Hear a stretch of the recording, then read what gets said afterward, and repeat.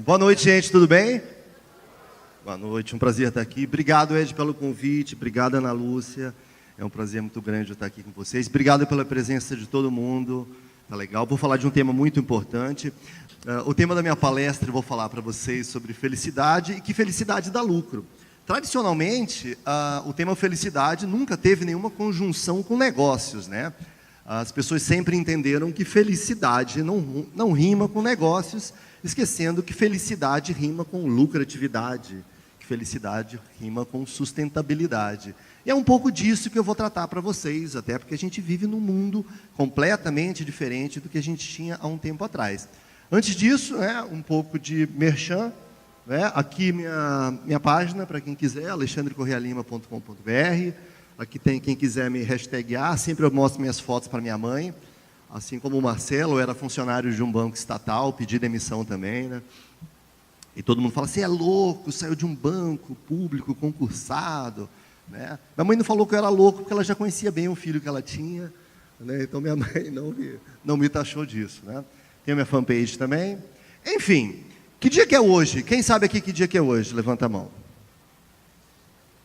Quinta-noite é dia de jogo do Brasil também, não é mesmo? Então resolvi falar de felicidade antes, porque depois de um jogo do Brasil com a Argentina, ninguém nunca sabe como é que vai estar a nossa felicidade, né? Então é melhor que eu fale de felicidade agora. Mas hoje é quinta-feira à noite, e amanhã é sexta. E como eu estou falando de felicidade, todos os estudos e as pesquisas mostram que a felicidade guarda uma certa relação também com o dia da semana, não é isso? É por isso que eu convido vocês a gente fazer um pequeno passeio por como funciona o humor das pessoas ao longo dos próximos dias. Hoje é quinta, amanhã é sexta. Então vamos nos imaginar, numa viagem imaginária, como seria o dia de amanhã no escritório, quando faltar 1 minuto para as 6. As pessoas vêm à porta da saída e começam. Tão louco para ir embora. É quase em câmera lenta para elas saírem do escritório. Não é isso? Então chega a sexta-noite. E a imagem é todo mundo alegre, não é isso? Chegou sexta-feira à noite. Essa é a representação que a gente tem da sexta, né? Muita alegria. Sábado. A vida é uma festa. Tudo pode acontecer no sábado à noite. É assim que a gente imagina os sábados do mundo, os sábados da vida. Tudo pode acontecer, todo mundo sonha em ter. Mas o sábado acaba, chega o domingo, e chega o domingo à noite. E bate aquela melancolia, ninguém sabe porquê, mas de alguma forma aquela alegria vai se dissipando, você vai afundando no sofá, não é mesmo? Aí então a segunda-feira sempre chega, e na segunda, vamos todos nós trabalhar. Walking Dead, feitos zumbis para o trabalho. Mas o que é isso, gente? Por que tudo isso acontece? Esse cara vocês devem conhecer, o Chico Pinheiro, da Rede Globo. Eu adoro o Chico Pinheiro, acho ele muito divertido, gosto dele mesmo. Ele apresenta o Bom Dia Brasil, não é isso?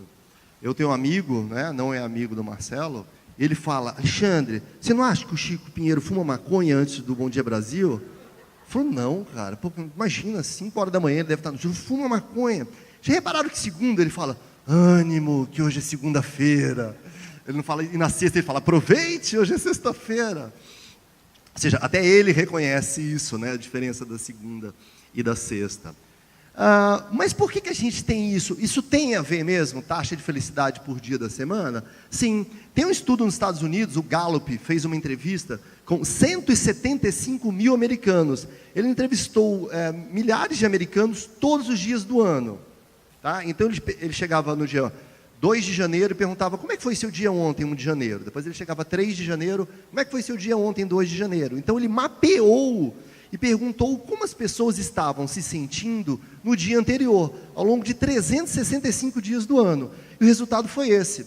A taxa média de felicidade das pessoas é, de fato, maior no sábado e no domingo, um pouquinho na sexta sobe, e, de fato, as pessoas se sentiam um pouco mais felizes no sábado e no domingo. Não tão alto, isso é um dado de 2014 dos Estados Unidos, não sei como seria no Brasil, porque a gente não tem uma pesquisa equivalente, Mas dá para sentir que mesmo lá, sábado e domingo, as pessoas se sentem um pouco mais felizes, né? Mas o mais curioso dessa pesquisa é que eles pegaram os 365 dias do ano e viram quais os 84 dias que as pessoas se disseram mais infelizes. E desses 84, 78 eram de segunda a quinta. Ou uma segunda, ou uma terça, ou uma quarta, ou uma quinta. Só 6 eram numa sexta, num sábado ou no domingo, né? Mas por que talvez isso ocorra? Isso ocorre muito provavelmente pela relação um pouco equivocada que a gente tem com o trabalho, que é o que diferencia, na maioria dos casos, a segunda, a sexta, do sábado e domingo, não é isso? Mas tem algo errado nisso. Tem algo muito errado quando é 9 horas da manhã e eu quero que seja 18. Quando é segunda-feira, eu quero que seja sexta. Quando é março, eu quero que seja dezembro para chegar às férias. Quando eu tenho 30 anos, eu quero ter 65 para aposentar. Porque quando é 9, eu quero que seja 18. Quando é segunda, eu quero que seja sexta. Quando é março, eu quero que chegue dezembro. Quando eu tenho 30, eu quero aposentar. Eu estou querendo, no fundo, morrer mais rápido, não é isso? Eu estou querendo acelerar a vida para morrer. E não faz muito sentido eu querer que a vida passe mais rápido para que minha vida se esvaia logo. Tem algo errado nisso. E esse errado, essa sensação de querer que a vida passe logo, isso tem muitas vezes a ver com uma relação equivocada que a gente tem com o trabalho. E dá para entender isso um pouco, né? O trabalho originalmente, a origem etimológica do trabalho, ele está carregado de peso pejorativo, né? Tem 2 palavras que nos ajudam a entender de onde vem o trabalho. Uma tripalium, do latim, que era um instrumento de tortura, feito de 3 paus, que usavam para torturar as pessoas, normalmente pobres, que eram castigadas a trabalhar. Depois foi para o francês, travailler, que significa se esforçar, entendeu? Sentir dor. Ou seja, quando a gente pega essas origens da palavra, é tudo relacionado a sofrimento, a dor. Mas isso é no passado, não faz muito sentido hoje. Só que a gente carrega um pouco dessa sensação do trabalho como um castigo para a gente. Não é mesmo? A gente tem uma relação mal resolvida com o trabalho, não é mesmo? E o que acontece? Isso afeta muito as empresas, né? As empresas precisam de profissionais. Se no passado elas precisavam de pessoas apenas dos braços, hoje ela precisa de pessoas engajadas. Está aí o Marcelo que falou, a gente precisa de profissionais que deem o melhor de si, que deem criatividade, que estejam lá com o corpo e a alma. E você não consegue profissionais dando o melhor de si, sendo criativos e infelizes. Os profissionais que produzem coisas memoráveis são aqueles que estão motivados e felizes. Por isso é tão importante hoje em dia o estudo e criar plataformas onde a gente conjugue felicidade com o mundo empresarial. Esse é uma outra pesquisa, uma pesquisa do Gallup também. Ela foi feita em nível mundial e ela mostra qual é o nível de engajamento dos profissionais com o trabalho que eles têm. Aqui eles consideram que estão engajados 32%, ou 1 em cada 3 trabalhadores, que estão não engajados 51%, mais da metade, que estão totalmente alienados 17%. Ou seja, 2 de cada 3 não estão engajados, 1 em cada 6 está alienado. Só que desses engajados, os efetivamente engajados e felizes, é cerca de metade disso. Ou seja, é um número assustador isso. Para empresas que precisam navegar no mar cada vez mais revolto, criar coisas novas, criar produtos inovadores, competir um nível de competição nunca antes visto, você ter pelo menos 2/3 da sua mão de obra ou desengajada ou alienada é algo impensável. Talvez esteja aí a razão pela qual startups novas consigam suplantar grandes empresas muitas vezes. Porque ali é uma empresa pequena, enxuta, leve, flexível e de gente apaixonada, que vira a noite naquele negócio. É por isso que hoje em dia não dá mais para pensar em negócios sobre a velha forma do trabalho. A velha forma do trabalho que é o seguinte: eu te compro 8 horas do seu dia ou da sua infelicidade, ok? Eu mando, você obedece, e em troca disso você tem o direito de sábado e domingo ir no shopping, compra a quinquilharia chinesa que você quiser, e lá você compre alguns minutos de felicidade para você. Já não funciona mais. Até porque essas barreiras entre a vida pessoal e a vida profissional ficaram mais turvas um pouco, não é mesmo? Você está no seu trabalho, você checa o WhatsApp da sua vida pessoal, né? Você está no final de semana, você acaba vendo alguma coisa da empresa. Essas barreiras todas ficaram mais fluídas um pouco, assim, né? Então as empresas precisam de um outro tipo de profissional, né? As empresas já não basta o braço das pessoas, elas precisam do cérebro, da inteligência. Até porque o serviço repetitivo e braçal pode ser feito de maneira muito melhor por tecnologia e por robô. E o que acontece? A gente tem um mundo no qual a mudança é a regra. E este mundo é muito diferente do mundo de até um pouco tempo atrás, e será mais diferente ainda do mundo um pouquinho à nossa frente. A geração dos meus pais, eles foram profundamente marcados pela visão de escassez do pós-guerra. É aquela geração que nasceu ali pela década de 40. Era uma época de escassez. As pessoas morriam de fome na Europa. Morria-se de fome na Europa. Era a época da escassez. E o que acontece? Quando você olha essa geração, o que eles falam? Eles falam em sobreviver. Eles falam, eu sobrevivi com muita luta, com muito esforço, eu consegui criar meus filhos. Não é assim que eles falam? Essa geração que hoje talvez tenha 70 anos de idade, alguma coisa assim. A minha geração, eu já sou dos anos 70, é uma geração que já fala, eu nasci nos anos 70, é uma geração que fala em viver. Não, eu quero viver, quero trabalhar, quero me esforçar, mas eu quero também ter qualidade de vida, eu quero aproveitar a minha vida, não é isso? Então, a minha geração fala muito em viver, em equilibrar trabalho com vida, com qualidade de vida. Agora, as novas gerações, a molecada mais nova que entra no mercado, não querem nada disso. Eles querem superviver. Eles querem experiências grandiosas, querem coisas magníficas, trabalhar no Google, não querem amarras, querem mudar o mundo. É muito diferente. E é por isso que as empresas enfrentam tantas dificuldades em reter essa molecada, para o bem e para o mal. É muito difícil, porque eles chegam com uma outra ótica, um outro jeito de enxergar a vida. Muitos deles sequer se veem ou querem trabalhar em grandes corporações. Eles querem construir o próprio caminho. Então, essa lógica é muito diferente e as empresas precisam aprender a conviver com esse novo mundo, com essas novas pessoas. Não vão conquistar o coração desses novos trabalhadores com as ferramentas de sempre, porque eles são diferentes da geração anterior. A velha fórmula de cenourinha e recompensa, punições e recompensas, que funcionou até aqui, com essa molecada nova não funciona, porque eles querem outras coisas. E sabem por quê? Porque eles não experimentaram a era da escassez. Eu gosto muito de música, assim como o Marcelo, e eu me lembro muito bem. Eu ouvia músicas em LPs, ou CDs, ou cassete, e imagine que isso aqui é um CD, por exemplo, né? Ou um LP, para ficar mais nostálgico ainda.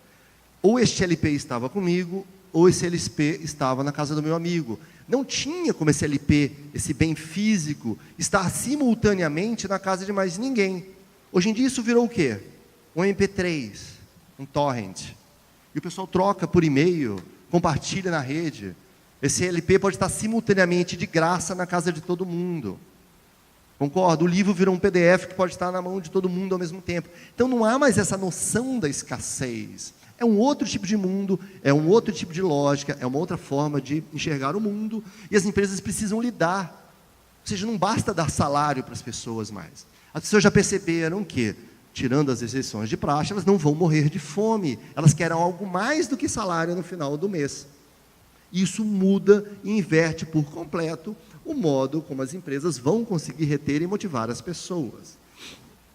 E aqui eu falo, isso parece uma coisa nova, mas assim, eu pego até inspiração na natureza, quando a gente fala de felicidade e trabalho, de propósito, eu vou buscar vocês inspiração na natureza. Tem um ramo da biologia evolutiva, que ela fala assim, por que a gente chegou onde a gente chegou? Por que a humanidade, por que o mundo está onde está aqui? Porque a gente vem programado geneticamente com algumas regras. Quais são essas regras? Se perpetuar, se procriar, evoluir. Não é isso? Concordam que biologicamente a gente tem essa programação? A gente tem que perpetuar a nossa espécie, a gente tem que procriar, claro, senão não perpetua, já que a gente é finito, a gente é mortal, e evoluir. E qual é o princípio básico que a gente faz essas coisas? Se procriando, se reproduzindo. E a gente se reproduz através do ato sexual. Sim, né? Até onde eu conheço é assim. E qual é uma das características do ato sexual? Ele é prazeroso. Agora, por que vocês acham que a natureza fez com que o ato sexual fosse prazeroso? Para garantir que ele fosse feito. Se você quer garantir que algo seja feito, seja prazeroso. Não é acaso, isso é construção biológica. Não sei se vocês sabem, uma criança, o que vocês acham que é mais agradável para a criança? Sentir um gosto de doce, de açúcar ou de amargo? O doce. Entretanto, a criança tem ela detecta o amargo 200 vezes mais rápido do que o doce. Por que a natureza fez com que ela detectasse tão instantaneamente o amargo? Porque é mais perigoso para ela.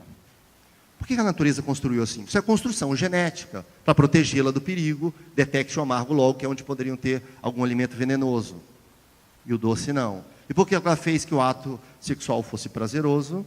Porque ela quer que produza, que seja uma recompensa. Nesse sentido, o orgasmo seria uma recompensa pela fecundidade, pelo ato de fecundar. E agora você deve estar falando, Alexandre, você fumou a mesma maconha estragada do Chico Pinheiro. O que tem a ver felicidade com trabalho por fecundar? E aí eu vou trazer para vocês as origens da palavra felicidade. Vocês sabem da onde vem a palavra felicidade? Vem do latim felix. Felix, palavra felicidade, felicitas ou félix. E sabe o que significa félix? Fecundo. A palavra felicidade vem de fecundo do latim. Ou seja, no sentido etimológico, a palavra felicidade tem tudo a ver com fecundar, com ser produtivo. É essa a origem da palavra, né? Então, quando a gente olha, na realidade, absurdo é o que era antes, assim, entendeu? O ato de produzir tem que ser o ato eivado de felicidade. Assim. A gente produz melhor sob essas circunstâncias, ou não. Tudo que você já fez na vida, no trabalho ou não, você fez melhor quando você estava fazendo aquilo de coração, porque você gostava. É isso? Ou seja, e da onde vem? Quais são nossas fontes de felicidade? Elas vêm normalmente do prazer. É a felicidade que todo mundo sabe, é a felicidade mais evidente, é a felicidade do shopping, é a felicidade de comprar algum produto, algum bem, um celular novo, de sair com a galera, de ir num show. E tudo isso tem seu sentido, né? Essa é uma das fontes de felicidade. Mas normalmente ela é um pouco mais passageira. Você não fica a vida inteira feliz com seu iPhone 4, não é isso? O iPhone 4 é muito legal, até o momento que você enjoe dele. Não é isso? Você não fica a vida inteira feliz com a bota, com a 37ª bota que você comprou naquele inverno. Né? Tudo isso tem um prazo de validade. A outra felicidade é a felicidade do engajamento. Não é isso? Tem um autor americano, ele chama Mihai Csikszentmihalyi, e ele fala da teoria do fluxo. Ele estudou esportistas e artistas, e ele descobriu que esses esportistas e artistas, quando eles estão engajados numa tarefa, eles ficam numa atividade de fluxo tão intensa e tão concentrada, que eles experimentam uma sensação imponderável de felicidade, que normalmente eles não têm em nenhuma outra atividade. Assim. Isso é engajamento, né? Uma atividade de engajamento muito profunda. Quem corre aqui? Alguém tem hábito de correr? Não? Então, você tem o hábito de correr. A atividade de correr não é intrinsecamente prazerosa em si. Requer um esforço, você tem que acordar cedo, correr. Mas o prazer é um prazer derivado do engajamento daquela tarefa. Eu, por exemplo, gosto de jogar tênis. Assim. No fundo é uma loucura. Alguém fica jogando a bolinha o mais longe de mim possível para eu devolver. Às vezes no sol. O objetivo do cara do lado de lá é tornar minha vida o mais difícil possível. Eu não ganho nem um centavo com aquilo. No fundo, analisando especificamente a tarefa, é uma tarefa louca. Eu me esforçando por nada. Mas é muito prazeroso, porque eu estou engajado naquela tarefa, naquela dificuldade. Engajamento é mais ou menos isso. E é possível obtê-lo no trabalho, né? E por fim, que seria a felicidade mais nobre, é a felicidade do significado. É quando você encontra um propósito maior, quando aquilo tem uma transcendência. Quase sempre isso tem a ver com o trabalho dos bons professores, aqueles que edificam, que veem naquilo que estão fazendo na criança a projeção de uma semente futura. entendeu? Ou aquilo na educação dos filhos. O amor que você tem para o seu filho é algo que só está dotado de significado. Não é isso? Então, essa felicidade da transcendência são fontes mais nobres, né, de felicidade, e que é possível obter e que a gente esquece. A gente é muito concentrado na felicidade do prazer imediato, da compra, do consumo, do prazer, que faz parte da vida, você precisa disso também. Não dá para levar uma vida tão densa, né, só de engajamento e significado, mas todas essas são fontes de significado, são fontes de felicidade, e nem todas elas dependem de dinheiro ou de nada grandioso. A gente está sempre imaginando a nossa vida ou a felicidade condicionada a coisas grandiosas.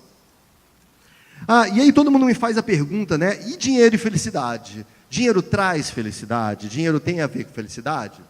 Quem acha que dinheiro traz felicidade? Levanta a mão. Quem acha que dinheiro não traz felicidade? Quem tem problema na mão, por isso não levantou a mão, né? O fato é o seguinte, dinheiro traz felicidade sim, né? Mas dinheiro só traz até um determinado ponto. Se você é muito necessitado materialmente, dinheiro vai te trazer felicidade. Mas chega um ponto, e esse ponto é normalmente quando você tem suas necessidades mais elementares atendidas, que mais dinheiro não vai te trazer mais felicidade. Mais dinheiro vai ser inócuo a partir do momento em que todo o seu básico de segurança, de alimentação, de conforto material mínimo, já esteja satisfeito. Todos os estudos mostram isso, né, que a correlação é limitada, né? Muitas vezes as pessoas não acreditam nisso, falam, mas chorar numa Ferrari é muito melhor do que chorar num busão lotado. Olha, eu nunca chorei numa Ferrari. Eu também nunca ri numa Ferrari, deve ser porque eu nunca entrei numa Ferrari.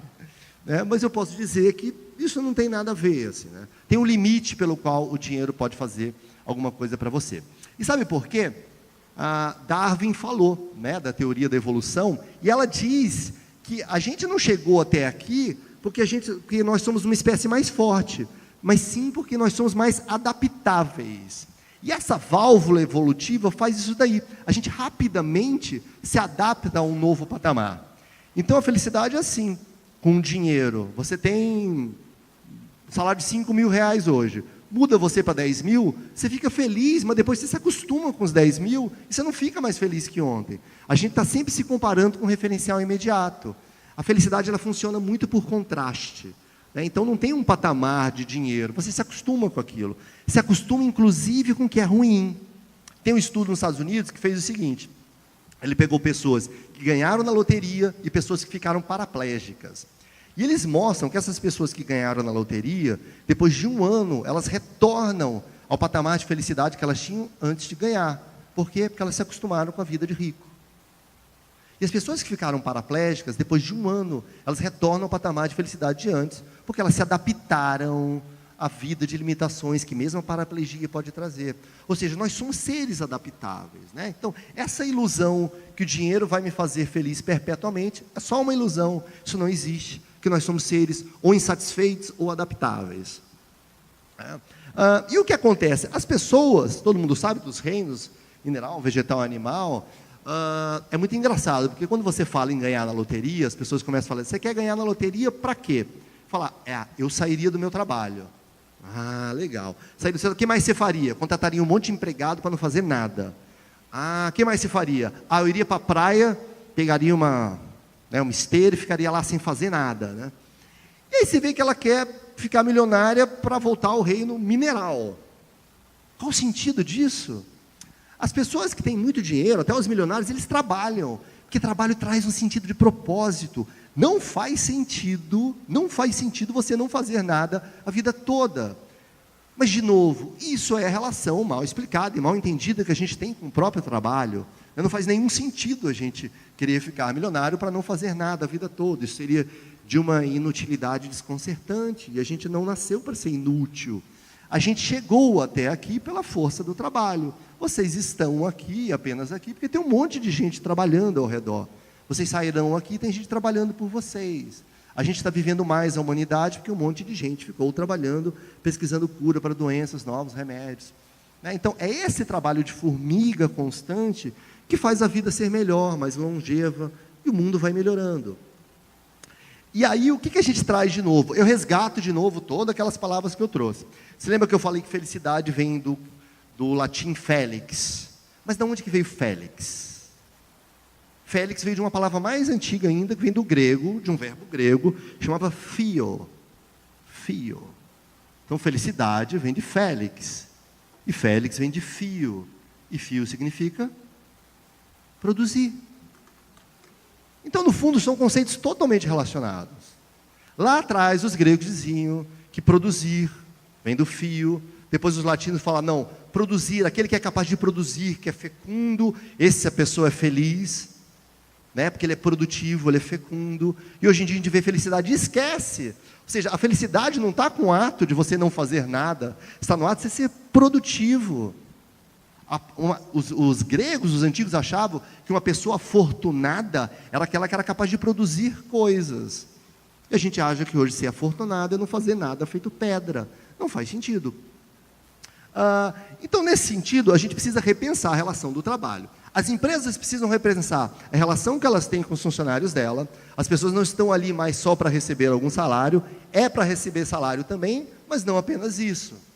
E as pessoas precisam repensar a relação delas com o trabalho. Não faz nenhum sentido não trabalhar.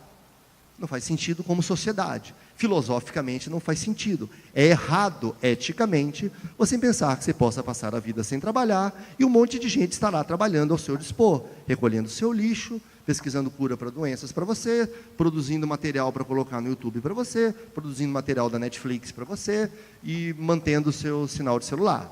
Não faz sentido. Isso eticamente não faz sentido. Não é assim que se construiu uma sociedade melhor, não é assim que avançaremos. A questão é, como a gente lida melhor com o trabalho? Como a gente lida de uma maneira mais leve com o trabalho? Eu tenho algumas dicas aqui para vocês. Né? A primeira dela o Marcelo falou muito bem aqui, tenha um propósito. O que é ter um propósito? Ninguém segue alguém que está perdido. A gente precisa de uma bússola. O que faz o trabalho ser tão desgastante para a gente é que ele é desprovido de sentido. Muitos de vocês devem ter ouvido falar da lenda de Sísifo, né? Da lenda da mitologia grega. Né? Ele foi condenado a rolar uma pedra enorme até o alto de uma montanha. Quando chegava no alto de uma montanha, ele derrubava a pedra ia lá para baixo. Ele pegava a pedra, subia de novo no alto da montanha, e ela caía de novo, ele voltava. Era um trabalho de escravo. E esse trabalho era tão extenuante porque isso não tinha sentido. Isso não tinha nenhum propósito. Concordam? Agora, eu posso dizer que, e um nadador? Nadador que precisa nadar profissionalmente, corre de um lado para o outro, nada, volta, e se sente feliz, engajado. Mas ele tem um propósito. Ou seja, não é nem o ato de você fazer algo repetitivo. Há um propósito em se superar, em bater recordes. Mas o trabalho de Sísifo, ele não via nenhum propósito e de fato não tinha. E quando você faz algo que não tem nenhum propósito para você, ele é desprovido de qualquer sentido, isso gera estresse. Não é nem o fato de ser repetitivo ou não. Isso gera estresse. Tem uma passagem do Steve Jobs da Apple muito legal, que ele queria convencer o John Sculley. John Sculley era presidente da Pepsi. Ele queria convencer o John Sculley a ser presidente da Apple. Né? Mas só que a Apple era pequenininha e a Pepsi era enorme. Né? Aí ele chega para o John Sculley, porque o John Sculley não queria mudar, era muito arriscado mudar para uma firma pequena como a Apple, e pergunta assim, você vai querer passar a sua vida toda vendendo água açucarada, ou você vai querer mudar o mundo? Você vai querer passar a sua vida toda vendendo água açucarada, ou você vai querer mudar o mundo? Né? E com essa frase ele conseguiu convencer o John Sculley a ir para a Apple. Ou seja, jogou um sentido de senso, de propósito, de futuro, de algo maior. E o propósito nem precisa ser algo tão grande. Né? O que acontece com o propósito é o seguinte, a gente fala, você precisa encontrar um propósito no seu trabalho, mas a maioria das pessoas tem alguma dificuldade em detectá-lo, porque de fato não é tão simples assim. O propósito do ponto de vista profissional é um mix, é uma soma de coisas interrelacionadas. Eu trouxe um infográfico aqui para vocês, que eu criei, que ajuda vocês a entenderem um pouco de como funciona a busca. Se vocês estão naquela, mas qual é o meu propósito profissional? Normalmente ele atende isso aqui. Normalmente, aquilo que encaixa no seu propósito profissional é algo que você ame fazer, que você realmente goste de fazer, que você seja competente para fazer, e faz toda a diferença. Por exemplo, eu amava jogar futebol, eu não tinha nenhuma competência para jogar bola. Então, não necessariamente o que você ama, você é bom, certo? Que você saiba muito bem fazer, seja competente, que estejam dispostos a lhe pagar para isso, já que eu já estou falando de uma profissão, Estou falando no sentido de propósito do ponto de vista profissional, e que tenha demanda, que tenham pessoas dispostas a te contratar ou pagar por isso, né? E é muito diferente. E quando você encontra a conjunção desses quatro, quando esses quatro se encontram, normalmente isso é o seu propósito profissional. O que acontece? Você ama fazer isso, e o mundo precisa que se faça isso, normalmente isso é só uma missão. É a Madre Teresa de Calcutá, é algum trabalho voluntário, mas como isso não é uma coisa paga, pode ser que isso não seja necessariamente seu propósito profissional, que é o que eu estou falando aqui, é até uma missão muito nobre, não é isso? Muitos de nós, muitas vezes, ficamos presos num desses dois. A gente é competente, nos pagam, não necessariamente a gente gosta, entendeu? Então é só uma profissão. Ou então, alguém nos paga e teve demanda para isso, e é só uma vocação no sentido de vocare. Foi o que apareceu. Alguém me chamou, vocou-me, vocare, alguém me chamou, era pago, fiquei naquilo, a vida inteira foi fazendo naquilo, sem eu ter qualquer paixão, sem ter amor, às vezes até sem ter tão competente. Então, normalmente, você não tem esse desprezo pelo trabalho, o trabalho não é duro para você, quando você encontra algo que conjugue tudo isso, e aí isso tem propósito, tem sentido. A sexta-feira não é tão diferente do sábado, que não é tão diferente da terça, porque é legal fazer aquilo. Normalmente é até mais legal que ver o Faustão. Normalmente, às vezes, é até mais legal que um sábado à noite. Normalmente é tão legal quanto a sexta-feira com amigos. Que tudo isso é legal e tudo isso é importante. Mas não faz sentido você se afundar, você assassinar 5 dias da sua semana por apenas 2 de fuga. Certo? Outra coisa, a vida como ela é. Não adianta vocês... muita gente acha que a felicidade tem que ser... que a gente pode ser feliz o tempo todo, e não é assim. Não é? A vida humana ela tem revés. A vida não é uma linha reta. Né? A vida tem curvas, altos e baixos, indas e vindas. Não é? É preciso aceitar essa nossa natureza humana. Né? A gente tem que aprender a lidar com a frustração. Não é? A gente está vivendo essa geração que eu falei, essa geração nova, que veio ser uma capa da Time, que eles apelidaram de geração me. Né? Que é a geração que só pensa nela, eu, é selfie, é tudo muito autocentrado, é uma geração, como teve tudo também, não está acostumada a lidar com frustração, e frustração faz parte da vida também. Então, é importante você lidar com o revés da vida. Né? Tem uma frase americana que eu acho muito legal, que é assim, every level there's a new devil. Significa assim, a cada novo degrau tem um novo demônio te esperando. Isso é uma das coisas difíceis. É por isso que muita gente não vai para a mudança. Porque toda vez que você sobe de um degrau, você está competente nesse degrau. Você sobe para o próximo você é incompetente. Sou o campeão da Série C, subi para a Série B. Na Série B você é ruim. Se você bobear, você é rebaixado de novo. E esse é o desafio da melhoria, esse é o desafio da mudança. Porque a mudança, ela te empurra para um novo patamar de incompetência. E é assim que você evolui. É assim que você sai da charrete para o carro, para o avião, para o foguete. No incômodo, partindo para o próximo degrau. Né? Então precisa entender que a vida não tem como ser construída só com felicidade, nem como uma linha reta. É enfrentando os desafios de sempre. Outra coisa também, que é muito importante para a felicidade, são as amizades, os relacionamentos. Não dá para ser feliz sozinho. Né? E no ambiente de trabalho, muitas vezes a gente está muito preocupado em network, né? Em fazer relações profissionais, mas é importante a gente tecer relações pessoais, de amizade. Né? Tem até estudos que provam, por incrível que pareça, que as pessoas casadas são mais felizes, porque nós somos seres sociais, a gente precisa de laços, de relacionamentos, a gente precisa cultivar amizades também. Mais do que network, a gente precisa ter amigos também. Cultivar relações verdadeiras, genuínas, não baseadas em interesse. Outra coisa importantíssima para a felicidade, essa talvez uma das mais de todas, é a gente precisa ajustar nossa mentalidade. Porque a felicidade está muito mais no interior do que no exterior. A gente está sempre achando que a felicidade está no iPhone, está no carro, está na praia, está na viagem, e ela está um pouco, mas só um pouco. Esse é um estudo, a maioria dos estudos provam que é o seguinte, metade da nossa taxa de felicidade é explicada pela genética. 40% vem de atitude. É como você se comporta em relação às coisas que o mundo te traz. Ou seja, eu vou para Ubatuba e chove, não posso fazer nada. Não há nada que eu possa fazer com a chuva. Mas a minha reação à chuva, eu posso controlar. Eu posso amaldiçoar o tempo, ou eu posso fazer algo legal, mesmo a despeito da chuva. Ou seja, essa sua atitude é que faz toda a diferença em relação à felicidade.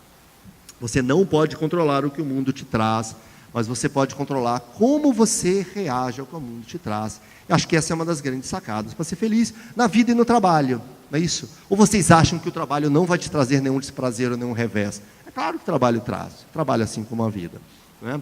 E por fim, o mais importante é o seguinte: você não precisa de dicas para ser feliz.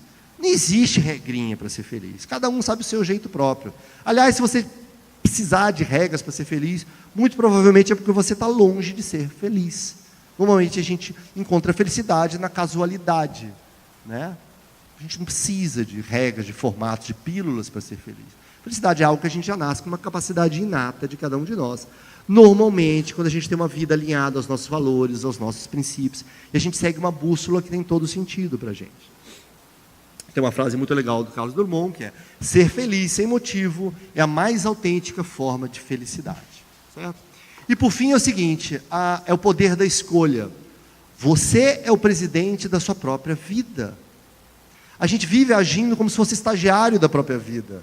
Mas você é o presidente da própria vida. Você pode até ser o estagiário da sua empresa, mas da sua vida você é o presidente. E como você está presidindo a própria vida? As pessoas são muito negligentes com a própria vida, estão sempre deixando ela na mão de outro, ou então se poupando para um segundo tempo que nunca vai chegar. Ah, quando eu entrar de férias, ah, quando eu casar, ah, quando eu separar, ah, quando eu divorciar, ah, quando o Palmeiras ganhar o Mundial. Parem de se poupar, a vida é agora, você não sabe quando vai ser o segundo tempo, pode ser que seja tarde demais. Tem uma frase muito legal, eu gosto de música, né, que é do Legião, né, que é tempo perdido, né? Temos todo o tempo do mundo, mas não temos tempo a perder, né? Temos todo o tempo do mundo, mas não temos tempo a perder. Eu acho essas duas frases muito profundas. A gente é jovem, a gente tem sempre a sensação que sempre vai sobrar tempo para tudo, que a gente sempre vai poder desfazer todas as besteiras, sempre vai poder falar aquele eu te amo que eu não falei ainda, sempre vai poder fazer tudo, e o tempo passa muito rápido, o tempo cobra uma fatura muito alta pelo aquilo que a gente não fez no tempo certo. Então eu queria dizer para vocês, só para encerrar essa palestra, é o seguinte: sempre é tempo da gente resgatar, tomar atitude, tomar as rédeas da própria vida, na vida pessoal ou no trabalho, e ser feliz. Sempre haverá tempo para isso, nunca é tarde demais. Mas jamais vão inventar uma hora melhor para você tomar as rédeas da própria vida, para você ser feliz, para você encontrar o propósito da sua vida, do seu trabalho, do que é agora. Se existe uma hora para você tomar as rédeas da sua vida e para decidir ser o presidente da própria vida, essa hora é agora. Agora. Muito obrigado.